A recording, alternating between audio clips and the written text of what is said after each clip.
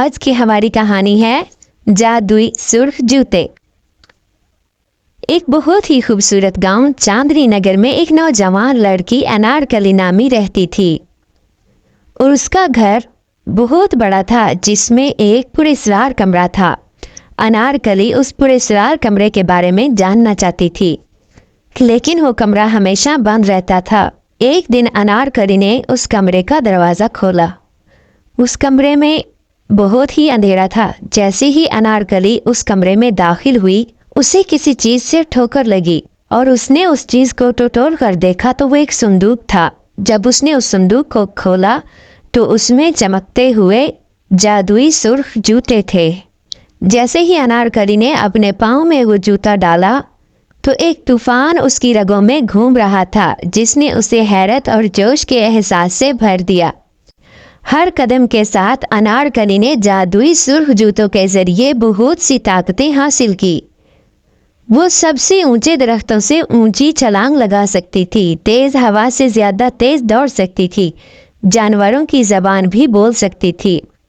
انارکلی نے اپنی ان طاقتوں کو راز میں رکھا۔ انہیں وہ صرف ضرورت مندوں کی مدد کرنے اور اپنے گاؤں میں خوشی لانے کے لیے استعمال کیا کرتی۔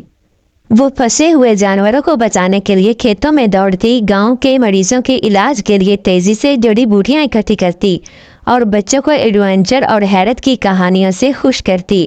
تاہم انارکلی کے کارناموں کی افواہیں دور دور تک پھیل گئی جو ایک خود غرض امارا کے کانوں تک بھی پہنچی۔ امارا نے جب انارکلی کے کارناموں کے بارے میں سنا تو اس کے دل میں جادوئی سرخ جوتوں کے بارے میں لالچ آیا۔ امارا نے ان جادوئی جوتوں کی طاقت پر قبضہ کرنے اور انہیں انارکلی سے چرانے کا ایک چالاک منصوبہ بنایا۔ ایک رات جب انارکلی گہری نیند سو رہی تھی، امارا کے ساتھی انارکلی کے کمرے میں گھس گئے اور سرخ جوتے چھیننے کی کوشش کی، لیکن جوتے خطرے کو محسوس کرتے ہوئے سختی سے چمک رہے تھے اور انارکلی کے گرد ایک حفاظتی چمک خارج کر رہے تھے اور اسے نیند سے بیدار کر رہے تھے۔ جوتوں کے جادو کی وجہ سے ہمت کے ساتھ انارکلی نے امارا اور اس کے ساتھیوں کا مقابلہ کیا۔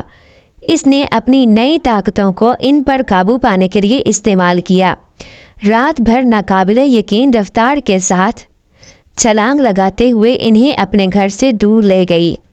جیسے ہی صبح ہوئی انارکلی اپنا پیچھے کرنے والوں سے بچ گئی اور ایک وسیع جادوئی جنگل کے کنارے پر پہنچ گئی۔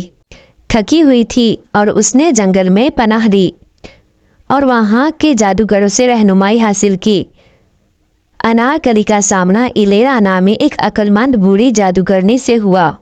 ایلیرا نے انارکلی کے پاکیزہ دل اور نیک نیتوں کو محسوس کیا۔ اس نے انارکلی کو سرخ جوتوں کے حقیقی صلاحیت کو استعمال کرنے اور اسے اپنی طاقت کو دانش مندی سے استعمال کرنے اور غلط ہاتھوں میں جانے سے بچانے کے لیے سکھایا۔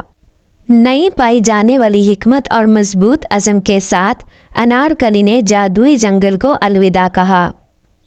جادوئی سرخ جوتوں کے محافظ کے طور پر اپنے گاؤں واپس آ گئی۔ امارا نے جوتوں کی طاقتوں کو استعمال کرتے ہوئے مہربانی کو پھیلایا، کمزوروں کی حفاظت کی اور اس بات کو یقینی بنایا کہ اس کا جادو دنیا میں بھلائی کی طاقت بنے۔